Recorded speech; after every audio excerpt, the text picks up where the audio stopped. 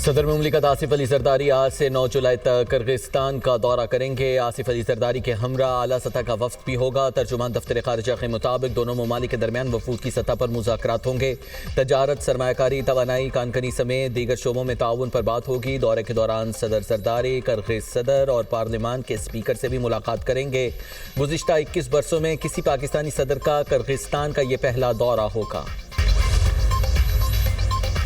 Group captain Asim کو شہید کرنے والا ملزم کیسے پکڑا گیا؟ تفصیلات سامنے آ گئیں۔ ہائی پروفائل کیس میں پولیس نے سیف سٹی کیمروں سے مدد لی۔ گروپ کیپٹن عاصم کو 9mm سے گولی مارنے کے بعد ملزم سعد عباسی فرار ہوا۔ آئی جی کے احکامات پر ایس پی سٹی ایاز حسین فوری کرائم سین پر پہنچے اور شواہد جمع کیے۔ ملزم نے دوست کی فارمیسی پر بیگ رکھا اور دکان سے نئی شرٹ خریدی۔ بائک رائڈر نے بتایا فیض آباد انٹرچینج پر اسکائی ویز کے پاس اسٹاپ کیا تھا۔ شام 6:30 بجے موٹر سائیکل والے دوست کو نامعلوم نمبر سے سعد کا فون آیا۔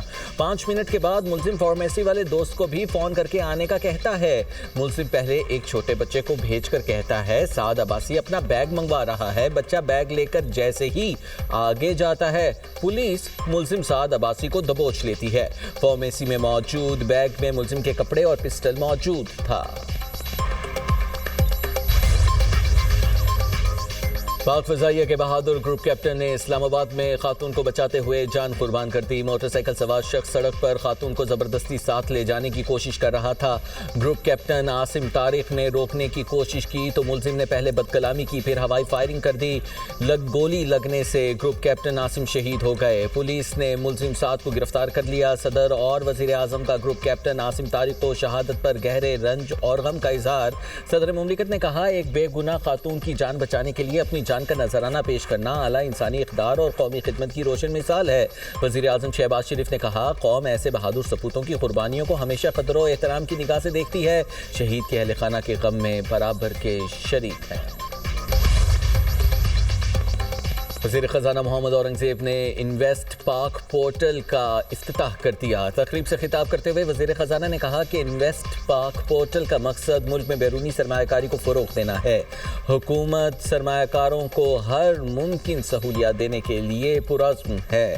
پاکستان میں سرمایہ کاری کے وسیع مواقع موجود ہیں۔ انویسٹ پاک پورٹل سے سرمایہ کاروں کے لیے آسانیاں پیدا ہوں گی۔ ایپ کے ذریعے کم از کم 5,000 روپے کی انویسٹمنٹ کی جا سکتی ہے۔ انفرادی طور پر کی جانے والی یہ انویسٹمنٹ فائدہ مند ہوگی۔ ملک معاشی استحکام کی طرف گامزن ہے۔ ون ونڈو سہولت سے سرمایہ کاری کے عمل میں تیزی آئے گی۔ گورنر اسٹیٹ بینک جمیل احمد کا تقریب سے خطاب، کہا انویسٹ پاک پورٹل سے سرمایہ کاروں کو آن لائن سہولیات میسر ہوں گی۔ جدید ڈیجیٹل نظام سے شفافیت اور سہولت میں اضافہ ہوگا۔ سرمایہ کاری کے فروغ کے لیے مؤثر اقدامات کیے جا رہے ہیں۔ انویسٹ پاک پورٹل ڈیجیٹل سرمایہ کاری کے فروغ میں اہم کردار ادا کرے گا۔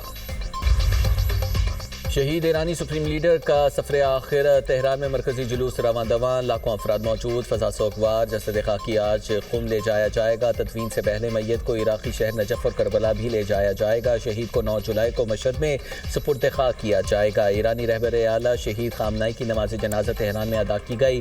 لاکھوں سوگواروں نے شرکت کی۔ صدر مسعود پزشکیاں، اسپیکر باقر غالباف، سربراہ پاسداران انقلاب احمد وحیدی، کمانڈر قدس فورس اسماعیل قانی بھی نماز جنازہ میں شریک ہوئے۔ شہید سپریم لیڈر کے بیٹے مسعود خامنہئی، میسم خامنہئی اور مصطفیٰ خامنہئی نے بھی نماز جنازہ میں شرکت کی۔ آیت اللہ سبحانی نے نماز جنازہ پڑھائی۔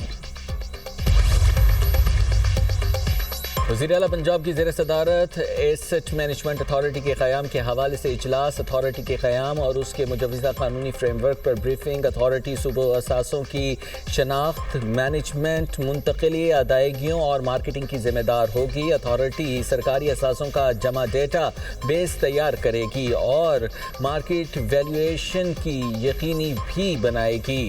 صوبائی اثاثوں کی منتقلی کے لیے سائٹس کا انتخاب، ڈیولپمنٹ پلانز اور ماسٹر پلانز کی تیاری اتھارٹی کے سپرد ہوگی۔ وزیر اعلیٰ پنجاب مریم نواز نے پنجاب ایسٹ مینجمنٹ اتھارٹی کے قیام کے آئیڈیا کی بھرپور تعریف کی۔ کہا صوبائی اثاثوں کی مکمل دیکھ بھال اور انتظام کے لیے اب ایک ہی خود مختار ادارہ کام کرے گا۔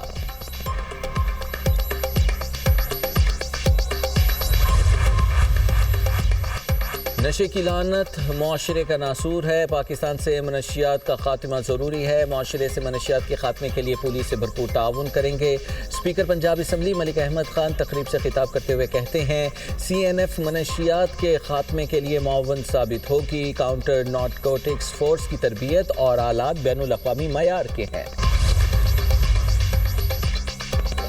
دشمن کی کسی بھی غلطی کا فیصلہ کن جواب دیا جائے گا، ہم ایک لمحہ بھی ضائع نہیں کریں گے اور نہ ہی اس موقع کو نظر انداز کریں گے۔ ایرانی فوج کا اعلان، ترجمان بریگیڈیئر جنرل محمد اکرمینیا کا کہنا ہے کہ جنگ بندی کے دوران ایران نے اپنی جنگی صلاحیتوں کو مزید مضبوط کیا ہے۔ ایرانی فوج اس وقفے کو اپنی دفاع اور جنگی تیاریوں کو بہتر بنانے کے لیے استعمال کر رہی ہے۔ ایرانی آرمی چیف میجر جنرل امیر حاتمی کا کہنا ہے کہ شہید آیت اللہ خامنئی کے قاتلوں کا تعاقب کیا جائے گا، وہ اپنے انجام سے نہیں بچ سکیں گے۔ شہید سپریم لیڈر نے عزت، آزادی اور قومی وقار کا راستہ متعین کیا۔ ایران کی مسلح افواج سپریم لیڈر مجتبی خامنئی کی قیادت میں فرائض انجام دیتی رہیں گی۔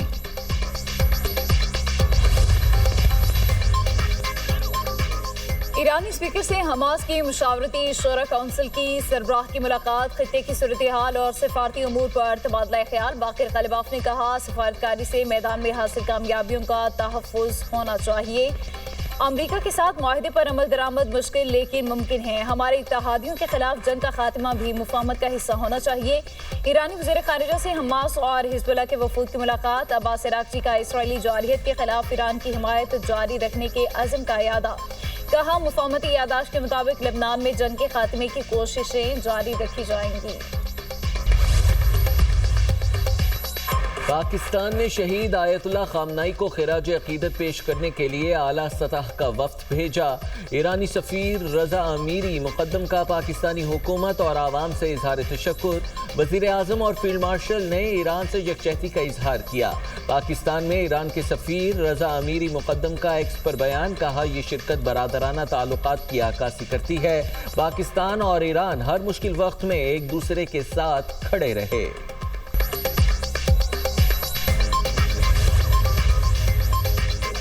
ایران اور قطر کے درمیان بحری تجارت 5 ماہ بعد بحال۔ ایرانی میڈیا کا کہنا ہے کہ بحری تجارت کی بحالی کے لیے دوحہ میں ایران اور قطری حکام کے درمیان بات چیت کے بعد ہوئی۔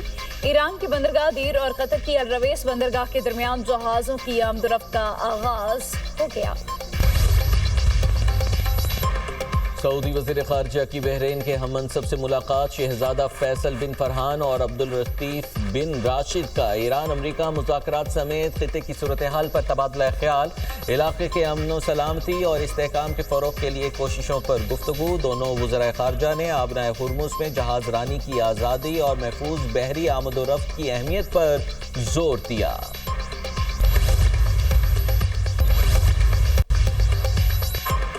وزیر اعلیٰ کے پی کی زیر صدارت اجلاس، ضم اضلاع میں امن و امان کی صورتحال، گورننس، ترقیاتی پروگرامز کا جائزہ۔ 3 ماہ میں عوام کی خدمت کی فراہمی میں واضح اور عملی تبدیلی نظر آنی چاہیے۔ وزیر اعلیٰ سہیل افریدی نے ضم اضلاع میں انتظامیہ کو 3 ماہ کی ڈیڈ لائن دے دی۔ شمالی وزیرستان میں ترقیاتی سرگرمیاں 1 ہفتے کے اندر بحال کرنے کی ہدایات۔ سہیل افریدی کا کہنا ہے دہشت گردی کے خلاف جنگ میں ضم اضلاع فرنٹ لائن پر ہیں۔ ضم اضلاع میں آؤٹ آف سکول بچوں کو تعلیمی ادارے میں لانے کے لیے خصوصی اقدامات کیے جائیں۔